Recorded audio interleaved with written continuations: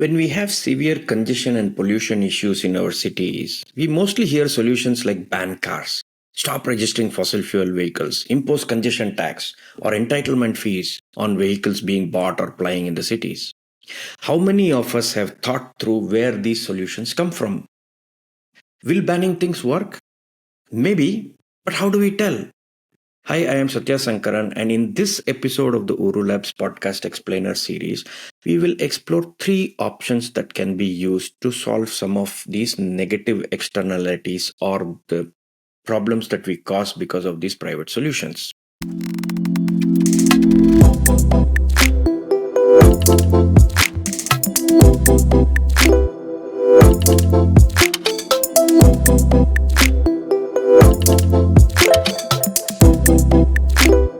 We have seen in our earlier episodes of this explainer series that when we buy motor vehicles and cause pollution and congestion, we affect other parties who are not participating in the traffic, like the people in the shops and the buildings, those who are walking or cycling, etc. These affected parties are called bystanders, who are affected for no fault of theirs. They suffer health and financial burden to cope with all these consequences that others are doing for no fault of theirs. Since the action of a few people infringes on the natural rights of these bystanders, the government steps in to apply coercive pressures like banning the activity. But is banning the only solution or the only way? Let us understand, for the purposes of this thought experiment, negative externalities as a cost that the people involved in the buying and the plying of the motor vehicle do not pay. You pay for the cost of the metal, the engines, the upholstery, etc., that come with the motor vehicle, right? Which is the production cost that has already been spent in mining and making the vehicle and getting it on the road for you. After you buy, you may also pay for fuel and maintenance on an ongoing basis, right? So there is a capex and an opex, which is your total cost of ownership. However, there are some costs you don't directly pay, the ones that cause harm to the bystanders, like accidents, road fatalities, deteriorating air quality, healthcare costs due to pollution, productivity loss due to congestion, etc. How do we account for these costs? The cost you pay for buying and plying the vehicle is called private cost. And the social cost of this transaction is arrived at when you price in the true cost of the negative externalities overall and apportion it to the private cost that you pay as an individual.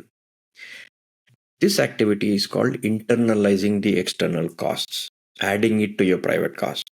The social cost is the sum total of the market price and the negative externalities. There are three options for internalizing or managing these external costs, right? Let's go through each of them. Here's method number one. The English economist Cecil Pigou in 1920 introduced the concept of taxing for these in his book The Economics of Welfare.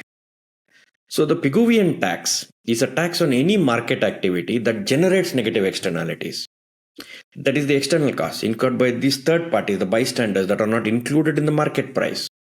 A Pigovian tax is a method that tries to internalize negative externalities to achieve an equilibrium and an optimal Pareto efficiency. This term Pareto efficient or Pareto optimal outcome is when there are no longer any ways left to make one person better off without making some other person worse off. So that's an equilibrium that is decided. It's also called Pareto optimal. This Pigovian tax is normally set by the government to correct an undesirable or an inefficient market outcome. That is what we call as a market failure, which I have defined earlier in the episodes as well, and does so by being set equal to the external marginal cost of the negative externalities. But you might say we already pay taxes.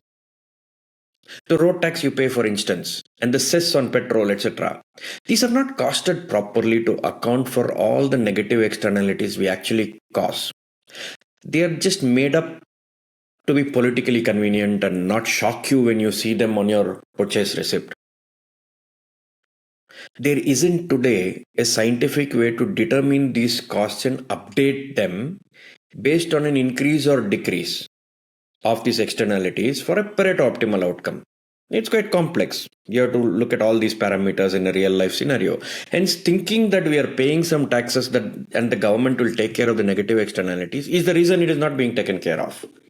We are not paying the true social cost, just some approximation of it in specific cases like road tax, petrol cess, etc. And that is how it is easier to do and get started. But here's the flip side of the Pigovian taxes. Like I said, it takes a lot to calibrate it and ensure it doesn't affect certain sections of the society unreasonably, like, congestion charge, etc. Some people will be affected unreasonably. Achieving Pareto optimality is hard work. But the positive thing is, with recent advances in technology, this can be seen as an opportunity as well. I think we are mature enough to be able to calculate these kind of things. But anyway, here's the second one: Coase bargaining or Coase theorem. The economist Ronald Coase theorized in his paper The Problem of Social Cost in 1960 that given the right conditions, any dispute can be settled privately and a solution found that is optimal for all. For example, this happened in a nearby neighborhood. No, it's a rich neighborhood in Bengaluru. Daycare centers have been banned because some powerful people who live there, mostly bureaucrats, officers, and others, didn't like the noise of children. If they use a coercion bargaining instead, they would have not done an outright ban. They could have negotiated better protection for the sound. But in such cases, however, property rights are essential to be defined. In this case, like for example, property rights says, do the neighbors have a right to absolute silence? In which case, the school pays the cost and puts up the barriers required. Or does the school have the right to allow kids to make noise? In which case, the adjacent residents affected pay the cost and put up the sound barriers. Failing this definition of who has the right, it is not possible to arrive at a negotiation. So property rights need to be defined. Richer neighborhoods like this example have used their power to move away the daycare centers and primary schools to poorer neighborhoods who don't have these kind of complaints that they have. So they use the power. There is an asymmetry of power. Coercion bargaining can be effective to settle simpler problems like the school example. However, broad-reaching externalities like widespread pollution and climate change cannot be solved privately to create a socially optimal outcome. For example, some of the air pollution in New Delhi can be attributed to pollution caused by stubble burning in Punjab, by farmers in Punjab. However, assigning blame to individual farmers and accurately recompensing Delhi citizens for the damage caused by that, it's fairly impossible to accomplish using coercion bargaining.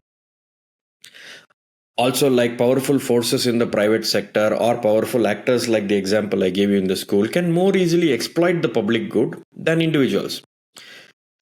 The need for state and union policies, pollution control boards, etc. is an example of why not all negotiations or coercion end up becoming government controlled and regulated.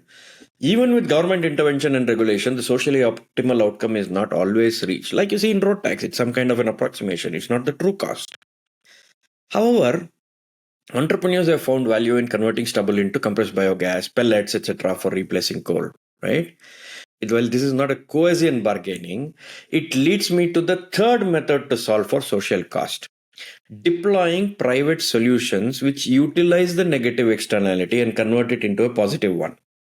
In case of waste management, for example, one person's waste can be another entrepreneur's raw material, a source of wealth for him or her. If the solution is not funded by the state via taxes, it becomes a private solution from a public good. There can be perverse incentives because of this for the entrepreneur to have more negative externalities. So this business can continue to grow. So there is a craving for more of these problems so he can solve it. That's usually how our world works. Some public goods like air, however, have a free rider problem and hence not amenable to a private solution alone. You can learn more about these free riders and the different types of goods from episode 4 of season 3 and why some goods need to be priced differently, what's the difference between club good and private good, etc. But like in the case of impure water, for example, provided by the state to each one of us on the tap, water purifiers have used that as an opportunity to solve in the private space. But the public water is still not clean. Lots of us, for example, have adopted air conditioner to solve for heat as a private solution. But the compressor in the air conditioner is inefficient and is generating more heat outside and making it worse for bystanders who work outside. You can sit in the building, but the people are working outside. Another example, we have tried air purifiers to keep our indoors clean. but the air outside is still filled with bad air, right? Bad quality and pollution. It is possible for private solutions to, however, inform and force mitigation for those not privileged enough to afford it. Imagine if all the people in the city were roaming around with N95 masks and they were willing to make it an election issue. Are you angry enough for your air conditioner to be an election issue? I'm sure it will influence the prioritization of the solution for bad air quality and for heat. Sometimes technology also matures with all these solutions and get absorbed for the public agencies, right? Adopted by for the solutions by the public agencies for solutions. For example, the water cleaning solutions have matured and the public entities are asking for the solution to be deployed for the general water purposes and made available as a common good that can clean water for everybody at a larger scale, right? STPs and other things. Now that you know these three methods, how should we solve the urban problem using a mix of Coase negotiation, Pigovian taxes, and private solutions? Are there other ways to solve for social cost? How can we not have perverse incentives drive private solution? Let me know in the comments below what you think about all these things. See you in the next episode.